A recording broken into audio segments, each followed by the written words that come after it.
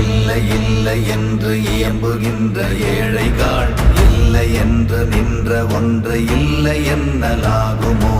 இல்லை அல்ல என்றும் அல்ல, இரண்டும் ஒன்றி நின்றதை எல்லை கண்டு கொண்டோர் இனி பிறப்பதிங்க